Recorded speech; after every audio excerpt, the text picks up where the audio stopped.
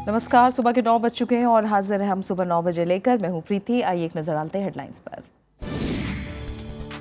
बिहार विधानसभा चुनाव में पहले दौर का मतदान जारी। 10 जिलों की 49 विधानसभा सीटों पर वोटिंग।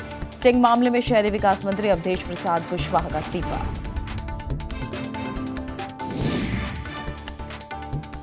जम्मू कश्मीर से नहीं हटेगा अनुच्छेद 370। याचिका पर सुनवाई के बाद हाईकोर्ट का फैसला, संशोधन या हटाने की गुंजाइश नहीं।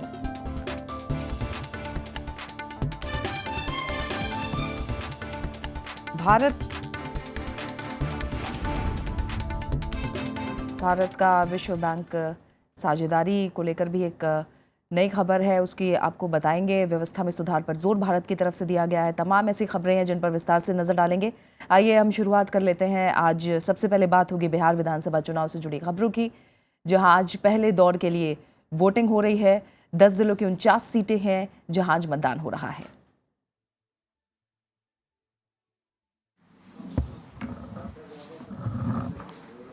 बिहार विधानसभा चुनाव में आज पहले दौर का मतदान हो रहा है। विधानसभा चुनाव के इस चरण में 10 जिले शामिल हैं। समस्तीपुर, बेगूसराय, खगड़िया, भागलपुर, बांका, मुंगेर, लखीसराय, शेखपुरा, नवादा और जमुई, ये 10 जिले हैं जिनकी 49 सीटें शामिल है जहां आज वोटिंग हो रही है। इस दौर में 40 सामान्य सीटें हैं, 8 अनुसूचित जातियों के लिए आरक्षित सीटें हैं और 1 अनुसूचित जनजाति के लिए आरक्षित सीट है जिस पर आज वोटिंग हो रही है। जिलेवार सीटों की अगर बात करें तो आपको बता दें कि इस दौर में समस्तीपुर में सबसे ज़्यादा 10 सीटें हैं जहां पर आज वोट डाले जा रहे हैं। बेगूसराय और भागलपुर में 7 सीटें हैं। बांका और नवादा की 5 सीटों पर आज वोटिंग हो रही है। खगड़िया और जमुई, यहां 4 सीटें हैं। मुंगेर में 3 और जबकि लखीसराय और शेखपुरा में 2-2 सीटों पर आज वोटिंग हो रही है। ये 10 जिले हैं जिनमें हम आपको बता रहे हैं कि किन किन सीटों पर वोटिंग हो रही है। पहले दौर की जो सीटें हैं उसमें 40 सीटें सामान्य हैं। शाम 5 बजे तक आज मतदान चलेगा, लेकिन कुछ नक्सल पीड़ित इलाके हैं जहां दोपहर 3 बजे तक ही वोटिंग होगी और कुछ ऐसे इलाके हैं जहां शाम 4 बजे तक वोट डाले जाएंगे। ये देखिए मैप के जरिए आप समझ सकते हैं, ये 10 जिले हैं बिहार के जहां आज वोटिंग हो रही है। समस्तीपुर, बेगूसराय, खगड़िया, भागलपुर, बांका, मुंगेर, लखीसराय, शेखपुरा और नवादा, साथ ही जमुई जहां पर आज वोटिंग हो रही है। और आज विधानसभा चुनाव के पहले चरण में 1,35,72,339 मतदाताओं के लिए 13,212 पोलिंग बूथ बनाए गए हैं और इतनी ही संख्या में ईवीएम मशीनों की व्यवस्था की गई है। पहले दौर में लखीसराय में सबसे ज्यादा मतदाता है, जबकि बारबीघा ऐसी सीट है जहां आज सबसे कम वोटर वोट डालेंगे।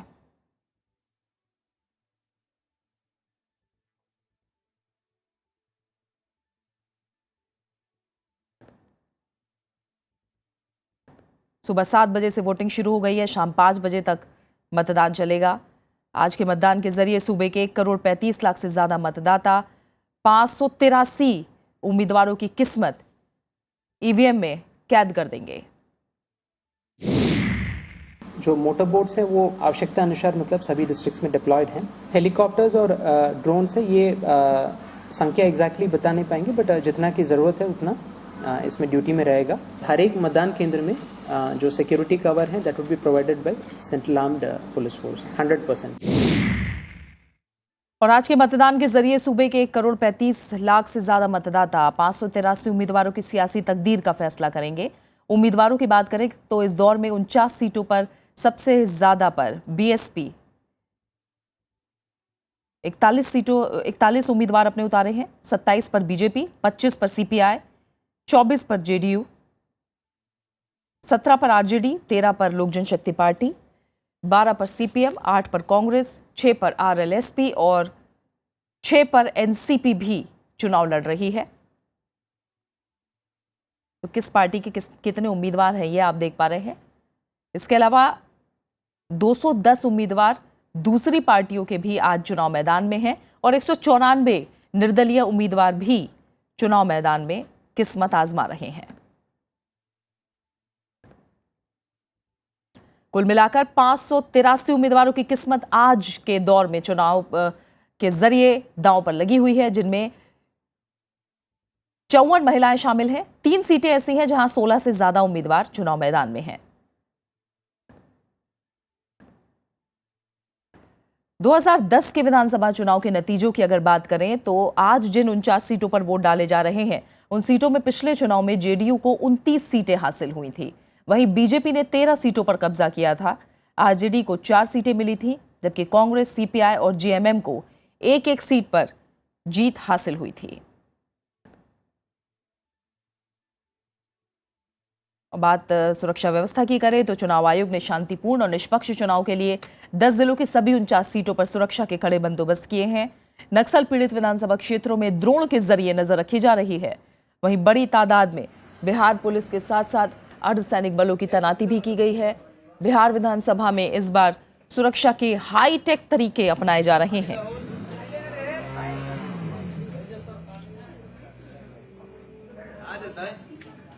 ड्रोन के जरिए नजर रखी जा रही है, सुरक्षा व्यवस्था चाक चौबंद की गई है और एयरफोर्स के हेलीकॉप्टरों की भी तैनाती की गई है। किसी भी तरह से कि दुर्घटना से बचाव के लिए भी सभी तरह की तैयारियां की गई हैं। चाक चौबंद व्यवस्था इंतजामों को लेकर।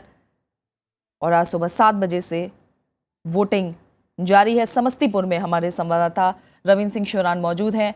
रवीन, समस्तीपुर के 10 सीटें हैं जिन पर आज वोट डाले जा रहे हैं। तमाम खासा जिला है ये, आज अगर देखा जाए काफ़ी अहम जिला है। आपके पीछे अब हम देख पा रहे हैं वोटरों की कतार लगना शुरू हो गई। सुबह 7 बजे इस तरह की तस्वीरें आप नहीं दिखा पा रहे थे रवीन, दिखाइए हमें कैसा उत्साह है लोगों में। जी प्रति बहुत उत्साहित लोग हैं यहाँ पर। जो है सवेरे से ही वोट डालने वालों की कतार लगनी शुरू हो गई थी। आप मेरे पीछे देख पा रहे हैं कि महिलाएं और पुरुष जो है वो लगातार लाइन में लगे हैं और इस जगह पर खास तरीके से अरेंजमेंट किया गया है। ये एक आदर्श मतदान संघ बनाया गया है केंद्र चुनाव आयोग के द्वारा और यहाँ पर चुनाव के लिए जो वोट डालने वाले आ रहे हैं उनके लिए वो बैठने का इंतजाम किया गया है, उनके लिए पीने का पानी का इंतजाम किया गया है और आप देख पा रहे हैं कि रेड कारपेट बिछाया गया है वोटर्स के लिए, कि उनको ये दिखाने के लिए कि कितना महत्वपूर्ण जो है वोटर एक लोकतंत्र के इस महापर्व में होता है। गुब्बारे लगाए गए हैं इसको सेलिब्रेटिव माहौल देने के लिए और इसके अलावा चिकित्सा के यहाँ प्रबंध किया गया है और जो व्हील चेयर बाउंड वोटर्स हैं उनके लिए रैंप की सुविधा भी यहाँ बनाई गई है, पीने का पानी और शौचालय की सुविधा भी दी गई है। तो आदर्श मतदान केंद्र ये बनाया गया है। सुरक्षा के कड़े इंतजाम यहाँ पर हम लोग देख पा रहे हैं क्योंकि इस इलाके में जो है 49 सीटों में से कुछ ऐसी हैं जो नक्सल प्रभावित इलाके भी आते हैं। वहाँ पे करीब इस पूरे इलाके में 1.25 लाख के आसपास जो है अर्धसैनिक बल की तैनाती की गई है, जिसमें सीआरपीएफ, सीआईएसएफ, एसएसबी, बीएसएफ और आईटीबीपी के जवान हैं। बिहार पुलिस जो है वो इस बार पहली बार ऐसा हो रहा है जब बिहार पुलिस को मतदान जो केंद्र है उससे थोड़ा दूर रखा गया है। यहाँ की पूरी जो 13,212 चुनाव के बूथ बने हैं उन सब की सुरक्षा की जिम्मेदारी जो है अंदर की वो अर्धसैनिक बल के पास रहेगी और बिहार पुलिस आसपास के इलाकों में पेट्रोलिंग कर रही है, चेकिंग कर रही है, वो सब जिम्मेदारी उसके पास रहेगी। लेकिन मतदान संघ जो है, मतदान केंद्र जहां बनाया गया है उससे दूरी रहेगी। इस बार पहली बार ऐसा हो रहा है कि इलेक्ट्रॉनिक वोटिंग मशीन जो है उस पर फोटो प्रकाशित की जा रही है उम्मीदवार की। हाँ। इसके पहले ऐसा जो है किसी भी विधानसभा चुनाव में नहीं हुआ। तो ये काफी सुविधा है यहाँ के जो वोटर्स हैं उनके लिए, क्योंकि वो पहचान पा रहे हैं कि किस को उनको वोट देना है। पहले देखा गया था कि कई बार डमी कैंडिडेट्स जो है नेम सेक की वजह से कंफ्यूजन होता था और वो मैंडेट को किसी तरीके से प्रभावित करता था, लेकिन वो जो त्रुटि थी उसको इस बार चुनाव आयोग ने दूर कर दिया है। और यहाँ तक बात है कि लोग जिस तरीके से उत्साह के साथ यहाँ पर आ रहे हैं, तो सवेरे से हम लोग देख रहे हैं कि महिलाएं हों, पुरुष हों, बच्चे हों या बड़े हों जो पहली बार वोट डालने आए हैं या जो सीनियर सिटीजन्स हैं, वो लोग लगातार आ रहे हैं। हाँ। और अपने हकों के लिए जो है वोट डाल रहे हैं। और जब हम उनसे बात कर रहे हैं तो कहते हैं कि हम लोग विकास के आधार पर ही वोट डालेंगे। बूथ तक पहुंच चुका है रवीन, अब मतदाता बूथ तक पहुंच चुका है, उसे वोट करना है। आपने सुबह से जो बातें की और इस बार जो हम बिहार विधानसभा चुनाव में ट्रेंड देख रहे हैं, इसके मद्देनजर लोगों के मन से क्या निकल के आ रहा है? क्या इश्यूज को ध्यान में रखकर ही आज वो बटन दबाने वाले हैं? जी देखिए, लगातार लोगों से जब बातचीत हुई है तो उनका यही कहना है कि इस बार जो है चुनाव मुद्दों के आधार पर लड़ा जाना चाहिए। कम से कम वोटर जो है वो इतना जागरूक हो गया है कि वोटर जो है वो मुद्दों के आधार पर अपने मताधिकार का प्रयोग कर सके, क्योंकि लगातार जो है पिछले आजादी के 7 दशक के बाद भी जो है बिहार की स्थिति में सुधार आखिर क्यों नहीं आया है, इसके कारण क्या है। जब वो उस कारणों के पीछे झांकने की कोशिश करते हैं वोटर, तो पाते हैं कि कहीं न कहीं राजनीतिक इच्छा शक्ति की वजह से जो है इस इलाके का विकास नहीं हो पाया और यहाँ के लोगों को पलायन करना पड़ता है। शिक्षा, स्वास्थ्य, सड़क जो है, जो मूलभूत आवश्यकताएं होती हैं, उनके लिए जूझना पड़ता है। इस इलाके में किसान जो है मूल रूप से ये जो है कृषि प्रधान राज्य बिहार है। यहाँ बहुत बड़े बड़ी इंडस्ट्रीज नहीं है, लेकिन कृषि का क्षेत्र जो है वो बहुत ज्यादा उसकी हालत खराब है। अपेक्षापूर्ण उसके साथ रवैया रहा है। गंगा का और कई नदियां बहती हैं, उनकी घाट की वजह से बाढ़ का यहाँ पे जो है वो दिक्कत रहती है। सूखा यहाँ पे पड़ जाता है और उन किसानों की तरफ कोई ध्यान नहीं देता है। लॉ एंड ऑर्डर की एक बड़ी भारी समस्या यहाँ पे लंबे समय तक रही है।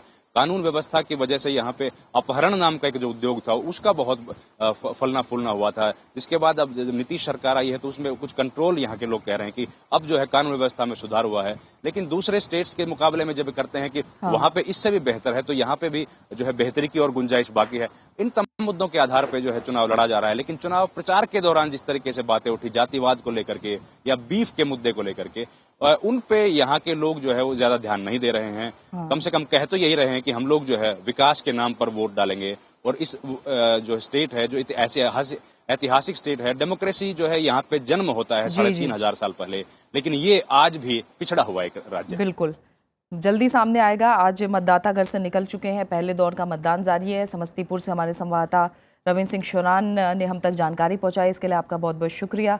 तो लोग निकल चुके हैं। इस बार बिहार का चुनाव बेहद खास है और माना यही जा रहा है कि बिहार का चुनाव सिर्फ बिहार का चुनाव नहीं बल्कि देश की राजनीति की दिशा तय करने वाला चुनाव बिहार का साबित होगा। बहुत बहुत शुक्रिया फिलहाल, और दिन भर हम अपडेट इससे जुड़ा आपको देते भी रहेंगे। फिलहाल हम आगे बढ़ते हैं। संपूर्ण क्रांति का नारा देने वाले लोकनायक जयप्रकाश नारायण की 113वीं जयंती को कल बीजेपी ने लोकतंत्र रक्षा दिवस के तौर पर मनाया। प्रधानमंत्री नरेंद्र मोदी ने कहा कि जेपी ने आपातकाल के खिलाफ संघर्ष किया था, जिससे सबक लेने की जरूरत है। दिल्ली के विज्ञान भवन में हुए कार्यक्रम में प्रधानमंत्री ने आपातकाल के खिलाफ संघर्ष करने वाले कुछ लोगों को सम्मानित भी किया। सम्मानित लोगों में बीजेपी के वरिष्ठ नेता लालकृष्ण आडवाणी, सुब्रमण्यम स्वामी, शिरोमणि अकाली दल के प्रकाश सिंह बादल, एनसीपी के डीपी त्रिपाठी और 4 राज्यों के राज्यपाल सहित कई अन्य लोग शामिल थे। बीजेपी अध्यक्ष अमित शाह जेपी के छपरा स्थित पैतृक गांव भी पहुंचे। आपातकाल में से जिस प्रकार से संकट आए, उस प्रकार से कभी कभी सोना तपता है, ज्यादा निखरता है। इमरजेंसी में भारत का लोकतंत्र तपा और ज्यादा निखर करके उभरा है। लोकनायक जयप्रकाश नारायण की जन्मभूमि सिताब दियारा आज भी एक पिछड़े इलाके के रूप में जाना जाता है। जेपी आंदोलन से निकले बिहार के किसी भी नेता ने अभी तक सिताब दियारा की तरफ कोई खास ध्यान नहीं दिया। आइए देखते हैं सिताब दियारा में जेपी के गांव का क्या हाल है।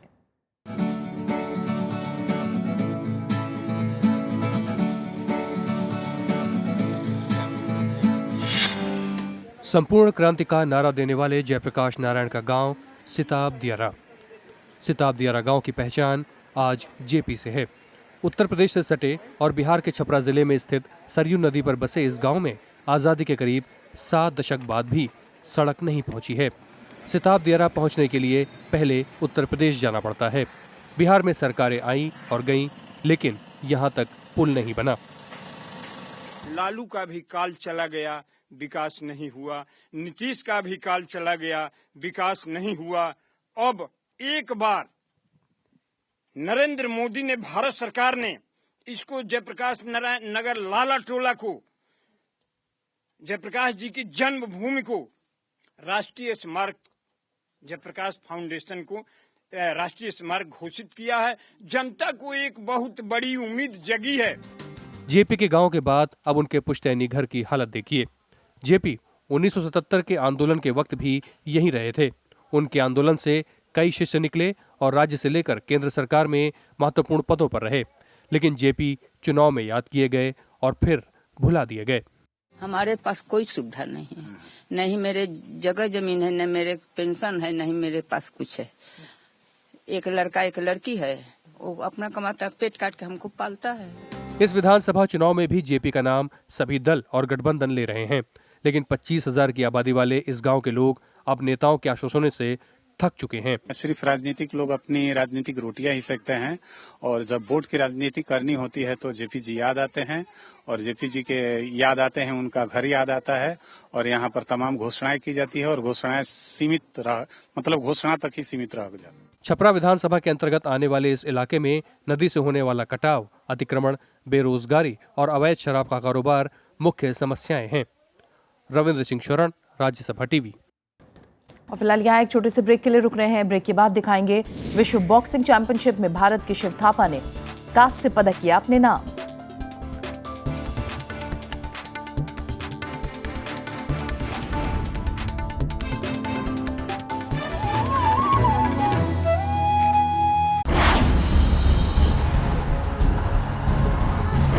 The pole juggernaut rolls out in Bihar. Modi's NDA takes on Nitish's Grand Alliance. Who will win this most important election battle since 2014? Watch Verdict 2015, Monday through Saturday on Rajya Sabha Television.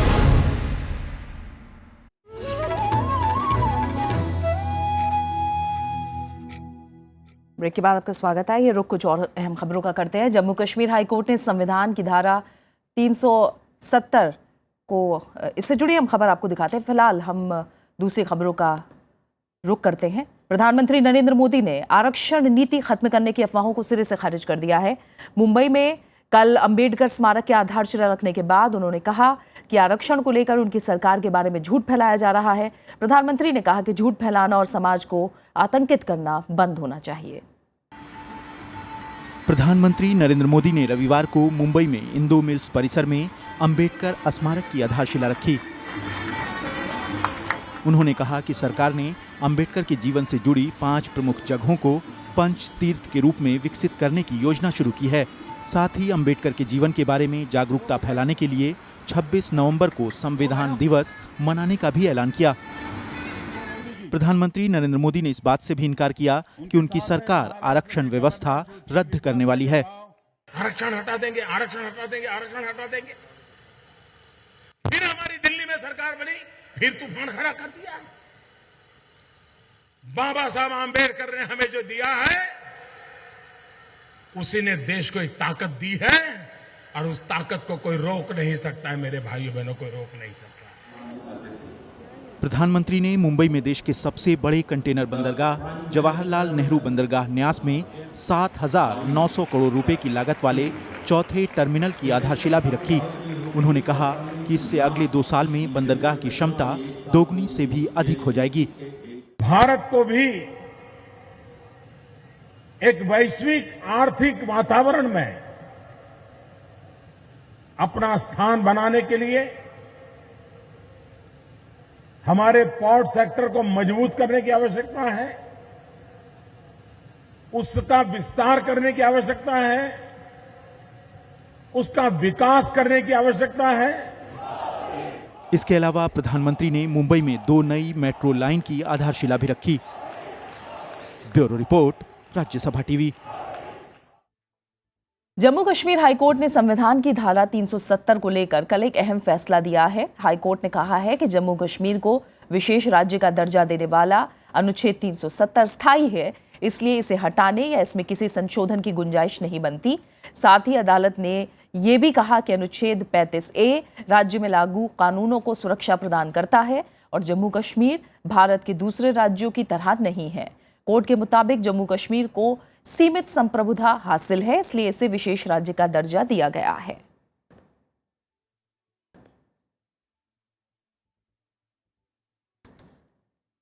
लेखकों की हत्या पर साहित्य अकादमी की चुप्पी के विरोध में 9 और लेखकों ने रविवार को साहित्य अकादमी पुरस्कार लौटाने की घोषणा कर दी। इस बीच साहित्य अकादमी ने अध्यक्ष विश्वनाथ प्रसाद तिवारी ने बयान जारी करके कलाकार, लेखक या साहित्यकारों पर हुए हमले की निंदा की है।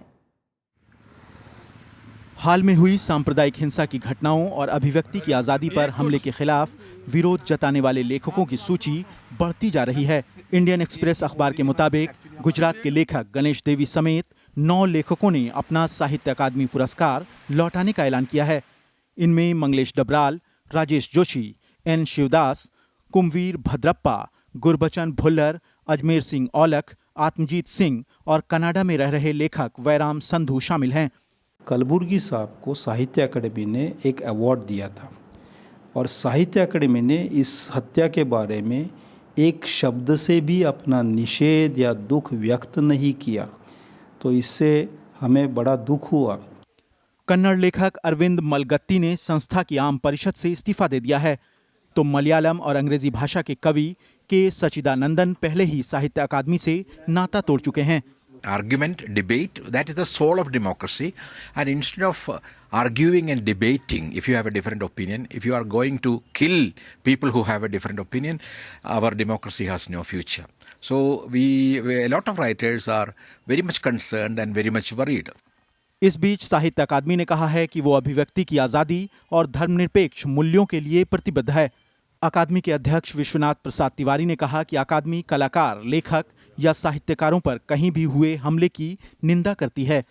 नयनतारा सहगल, सारा जोसेफ, उदय प्रकाश, अशोक वाजपेयी और शशि देशपांडे सहित कई लेखकों के साहित्य अकादमी पुरस्कार वापस करने के बाद विश्वनाथ तिवारी का ये बयान आया है।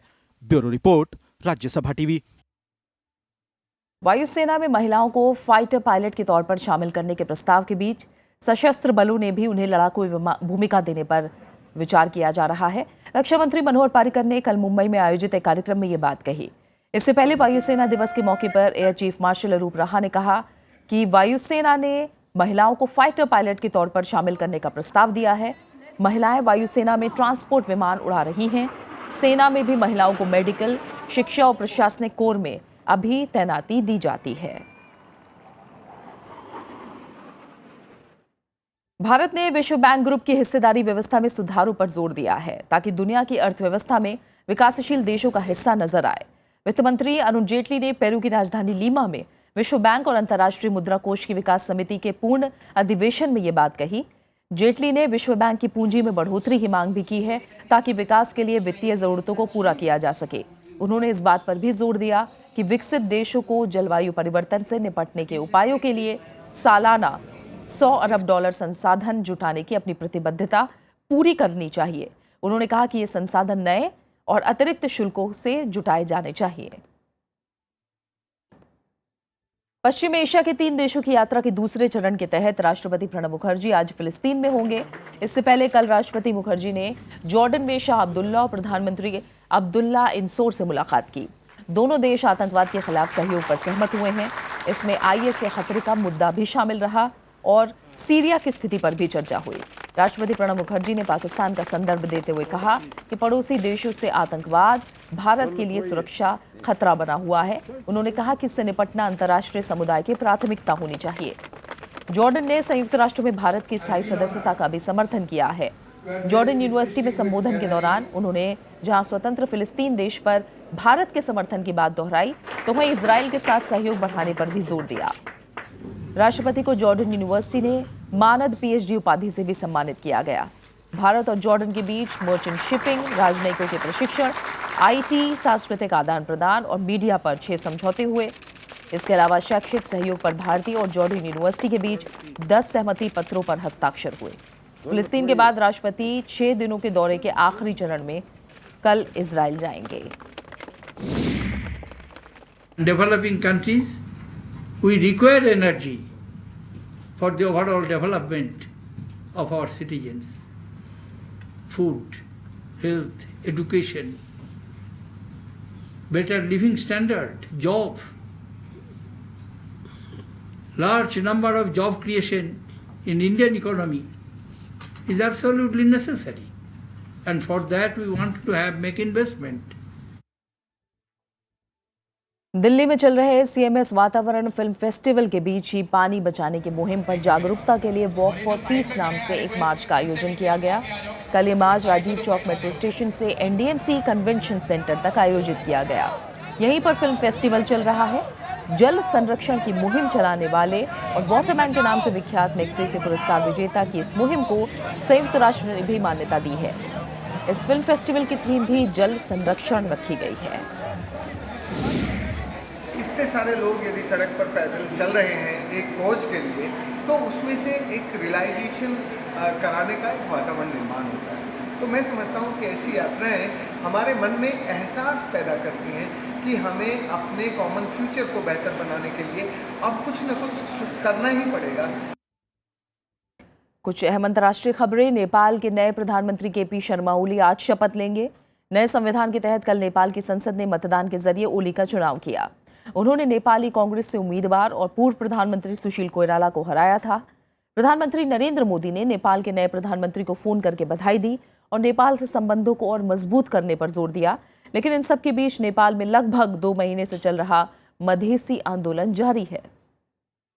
मान्य सदस्य श्री केपी शर्मा ओली नेपालको प्रधानमन्त्री पदमा निर्वाचित हुनुभएको घोषणा गर्दछु। नेपाल की माओवादी समर्थित सीपीएन यूएमएल पार्टी के प्रमुख केपी शर्मा ओली ने बड़े अंतर से नेपाली कांग्रेस के उम्मीदवार सुशील कोइराला को हराया। ओली को 338 और कोइराला को 249 सांसदों ने वोट दिया। नए संविधान के तहत हुए इस चुनाव में कुल 587 सांसदों ने अपने मताधिकार का इस्तेमाल किया।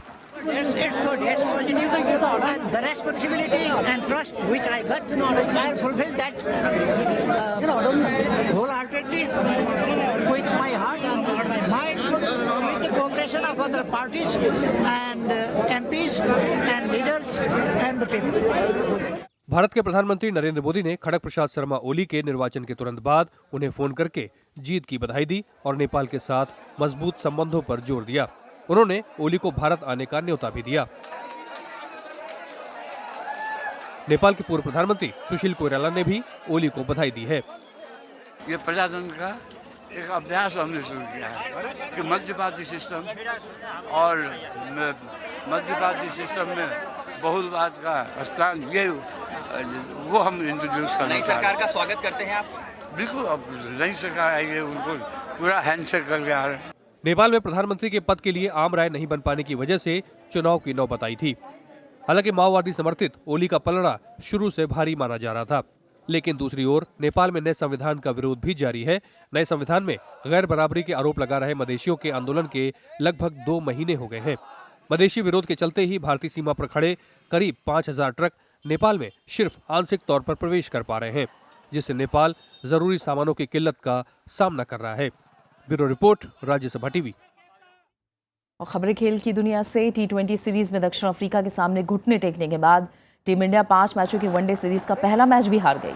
रोहित शर्मा के शतक से जीत के करीब पहुंचने के बावजूद भारत को 5 रनों से हार का सामना करना पड़ा। अपनी जीत के साथ दक्षिण अफ्रीका ने 5 मैचों की श्रृंखला में 1-0 की बढ़त बना ली है। टीम इंडिया को 304 रनों के लक्ष्य मिला था। रोहित शर्मा के 150 रनों की शानदार पारी के बावजूद टीम इंडिया जीत का स्वाद नहीं चख पाई। कप्तान महेंद्र सिंह धोनी ने जहां काफी देर तक टीम को संभाले रखा, लेकिन किस्मत ने साथ नहीं दिया और एक बार फिर निराशा हाथ लगी। रहाणे को फरहान बहरडीन ने आउट किया। रहाणे 60 रन बनाकर आउट हुए। रहाणे के आउट होने के बाद विराट कोहली बल्लेबाजी के लिए उतरे। रोहित और रहाणे के बीच 149 रनों की साझेदारी भी हुई। रोमांचक मुकाबले में टीम इंडिया को 5 रन से हार का सामना करना पड़ा। साउथ अफ्रीका के 304 रनों के टारगेट का पीछा करते हुए भारतीय टीम 50 ओवर में 298 रन ही बना पाई। दक्षिण अफ्रीका को नाबाद 104 रनों की बेहतरीन पारी देने के लिए कप्तान AB डिविलियर्स को मैन ऑफ द मैच चुना गया।